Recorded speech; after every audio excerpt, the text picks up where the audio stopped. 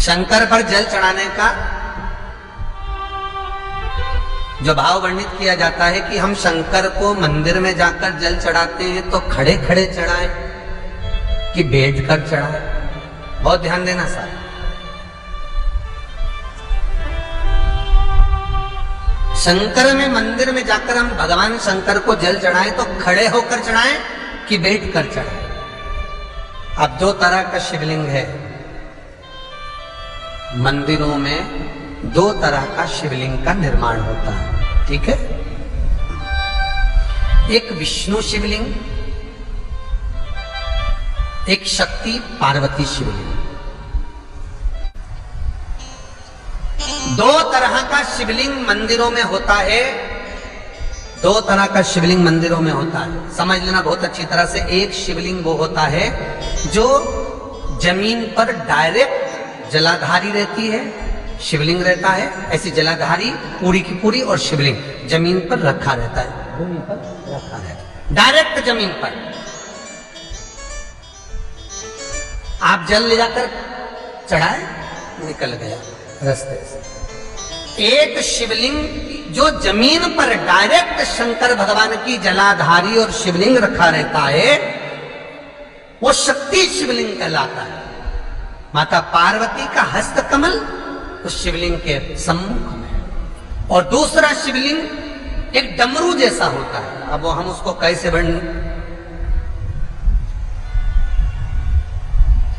एक डमरू शिवलिंग होता है, ऐसा उसका स्टैंड होता है, ऐसा स्टैंड होता है, नीचे शिवलिंग रखने की जगह होती, फिर ऐसा होता, फिर उसके ऊपर इस तरह शिवलिंग रखा होता है। एक दर्शन करें आप लोगों ने।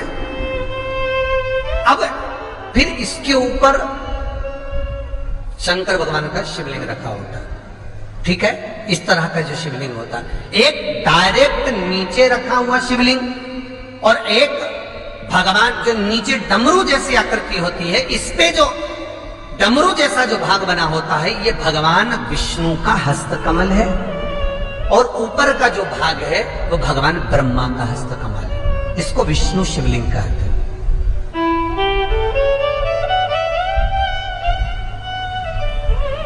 इसको हरीश्वर महादेव भी कहा जाता है। कौन सा महादेव कहते हैं? हरि सर्वेश्वर महादेव। हरीश्वर महादेव भी कहते हैं, हरि सर्वेश्वर भी कहते हैं। तो डमरू जैसा जो शिवलिंग का निर्माण हुआ है मंदिर में, अगर शिवलिंग ऊंचा है, शिवलिंग थोड़ी सी हाइट पर है, ऊंचाई पर है, और डमरू जैसा भाग फिर उसके ऊपर जलाधारी के बाद शिवलिंग निर्माण किया गया है, तो वो विष्णु शिवलिंग कहलाएगा, वो हरीश्वर शिवलिंग कहलाएगा, वो हरि वंश शिवलिंग कहलाएगा, हरीश्वर कहलाएगा। और जो डायरेक्ट सीधे जो रखा हुआ है, 12 ज्योतिर्लिंग के अगर आप दर्शन करेंगे तो कहीं पर भी आपको विष्णु शिवलिंग नहीं मिलेगा, केवल एक नागेश्वर को छोड़कर। कहां पर छोड़कर? जम के बोलिए। केवल एक नागेश्वर, नागेश्वर को छोड़कर बाकी के जितने 12 ज्योतिर्लिंग में शिवलिंग के दर्शन करोगे सब शक्ति शिवलिंग मिलेंगे, सब जमीन पर। आप जितने भी देखेंगे, काशी का देखेंगे, महाकालेश्वर देखेंगे, तो डायरेक्ट जमीन पर जलाधारी बनी है महाकाल बाबा की, डायरेक्ट जमीन पर बनी है, कोई ऊंचाई नहीं है, डायरेक्ट जमीन पर फिर शिवलिंग है। ओमकारेश्वर देख लीजिए, ममलेश्वर देख लीजिए, आप चाहें तो विश्वनाथ देख लीजिए, डायरेक्ट जमीन पर। सोमनाथ देख लीजिए, डायरेक्ट जमीन पर। केदारेश्वर देख लीजिए, डायरेक्ट जमीन पर। भीमाशंकर, वैद्यनाथ, डायरेक्ट। आप वैद्यनाथ जी के लाइव प्रसारण कभी चालू कर देखा, डायरेक्ट जमीन पर, डायरेक्ट। तो जितने भी शिवलिंग हैं सारे के सारे शक्ति शिवलिंग हैं। जो डमरू के भाग पर रखा हुआ है वो हरीश्वर शिवलिंग, विष्णु के हस्तकमल पर जो रखा है, तो शास्त्र कहता है आप शक्ति शिवलिंग का जब जब अभिषेक करें, बहुत ध्यान रखना अपनी जिंदगी में इस प्रसंग को श्रावण के महीने में बहुत ध्यान रखना। आपके आसपास में भी मंदिर हो तो उस पर ध्यान रखना। जो शक्ति शिवलिंग हो उस पर जब भी जल चढ़ाना तो बैठकर चढ़ाना, बैठकर चढ़ाना। शक्ति शिवलिंग पर जब भी जल चढ़े, भले शिवलिंग कितना भी ऊंचा हो, कितना भी ऊंचा हो, तो संघी से चढ़ा दो, पर जल बैठ कर चढ़ाइए।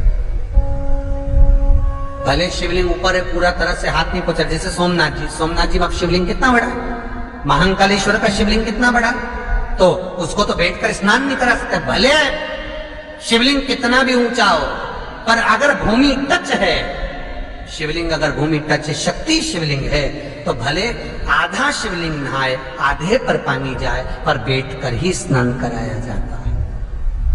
और महाराज यदि हरीश्वर शिवलिंग है, अर्थात भगवान विष्णु के हस्त कमल पर, ब्रह्मा के हस्त कमल पर यदि शिवलिंग है, तो वो शिवलिंग का जब भी स्नान कराएंगे, अभिषेक कराएंगे, पूजन कराएंगे, तो खड़े होकर ही करना है। और खड़े होने का भी तरीका होता है, दोनों चरण बराबर में रखकर कभी भी शंकर भगवान के शिवलिंग का स्नान नहीं कराया जाता। महाराज दोनों चरण बराबर रखकर, अगर हरीश्वर शिवलिंग है, किसी मंदिर में शंकर को जल चढ़ाने के लिए आप गए हो और शंकर को जल चढ़ा रहे हो, तो हरीश्वर अगर शिवलिंग है तो दोनों पांव बराबर रखकर नहीं, एक सीधा चरण थोड़ा सा आगे रखिए और उल्टा चरण थोड़ा सा पीछे रखकर भगवान शंकर का जलाभिषेक करने पर लक्ष्मी जैसे अपने चरण रहते हैं, भगवान शंकर उसी तरह से लक्ष्मी को दौड़ाते हुए अपने घर में प्रवेश करा।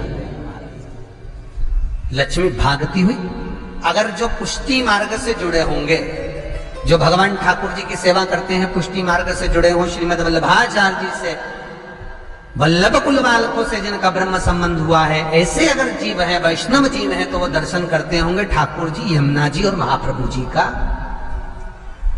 तो कैसा दर्शन करेंगे? श्रीनाथ जी का दर्शन करेंगे तो दोनों पांव श्री जी बाबा के, मेरे ठाकुर जी के बराबर पर है, नाथ द्वारा वाले श्री जी बाबा के, गोवर्धन नाथ जी के दोनों पांव चरण बराबर। श्रीमद वल्लभाचार्य जी का दर्शन करेंगे तो दोनों चरण बराबर के फोटो में मिलेंगे।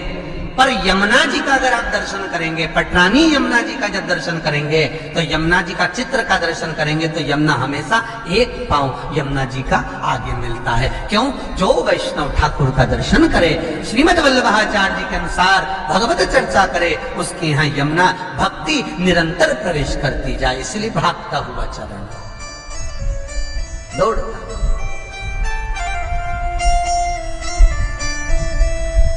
दौड़ता। तो शंकर भगवान का अगर हरीश्वर शिवलिंग है, कहीं शिवलिंग डमरू आकृति पर, अगर ऊंचाई पर है, हरीश्वर है, तो फिर जल खड़े होकर चढ़ाए, चरण आगे पीछे। बहुत ध्यान देना महाराज, हरीश्वर शिवलिंग का वर्णन किया महाराज। बहुत सुंदर बात कही है, बहुत ध्यान से सुनिएगा। शक्ति शिवलिंग के ऊपर जो जलाधारी लगती है, शक्ति शिवलिंग के ऊपर जो जलाधारी लगती है, वो 5 मिनट, 10 मिनट, आधा घंटा रखकर 24 घंटे के लिए हटा सकते हो। शक्ति शिवलिंग के ऊपर जो जलाधारी लगती है, वो 15-20 मिनट रखकर, आधा घंटा रखकर हटा सकते हो। पर हरीश्वर शिवलिंग के ऊपर भगवान विष्णु के हस्त कमल पर जो शिवलिंग का निर्माण आपको भी वर्णन किया, अगर वो शिवलिंग है तो उस पर जलाधारी अगर लगी है, तो कम से कम 5 घंटा, 8 घंटा तो जलाधारी को रखना पड़ेगा ही। बहुत ध्यान दीजिए महाराज। शंकर जी की प्राण प्रतिष्ठा करते समय, शंकर जी की स्थापना करते समय, शंकर जी को प्राण प्रतिष्ठित करते समय एक एक चीज का ध्यान करना पड़ता है कि हमें कैसा शिवलिंग रखना है, कौन सा शिवलिंग रखना है, कैसे स्थापना करना है, किस भाव का होना चाहिए। शंकर के मंदिर में शंकर जी विराजे हैं, तो गणेश जी, कार्तिकेय और पार्वती की मुद्रा कैसी होना चाहिए, गणेश जी कौन सी सूंड का होना चाहिए।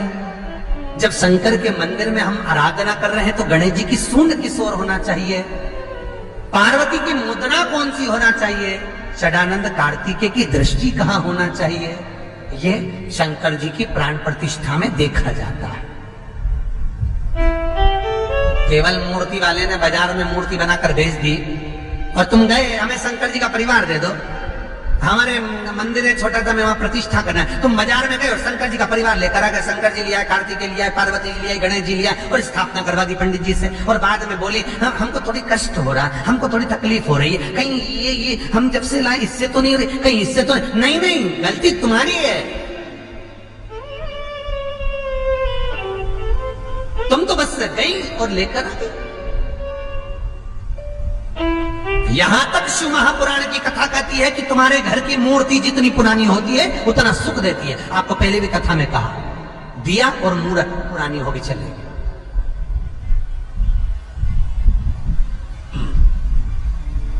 पुरानी एक केसन चल गया, छोटे से ठाकुर जी नहीं रखूं, बड़े वाले लाऊंगी लड्डू गोपाल, सेवा अच्छे से हो जाएगी। और जो सास के हाथ के वो अब उनको नहीं पूछे तो दुख नहीं होगा, दुख तो होगा। महाराज घर में जेठानी के आने के बाद देवरानी आती है और सास देवरानी से बहुत लाड लड़ाती है। छोटी बहू है, ले साड़ी पहन ले, ये ले रकम ले, ये ले हैं। सास जब छोटी को बहुत कुछ करती है तो जेठानी का जीवड़ा जलता कि नहीं जलता? बोला तो सही, थोड़ा बहुत तो लगे, बताओ हमको तो कभी नहीं करा, हमको तो ऐसा करे ही नहीं, हमको तो ऐसा करे ही नहीं। उसी तरह आप नए भगवान लेकर आ गए, नई ठाकुर जी लेकर आ गए और छोटे ठाकुर जी पहले के हैं। भगवान को लगता है बताओ नए से लाड लड़ा रही, उसको वस्त्र पहना रही, आभूषण पहना रही, मुझे आभूषण तक नहीं, वस्त्र नहीं, जैसे हैं वैसे लुढ़क जाते हैं। कौन पहनाए? कोई ने कहा इनको क्यों नहीं पहनाती, छोटे हैं, पहनाते नहीं बनता, भाव से पहनाओगे सब पहने।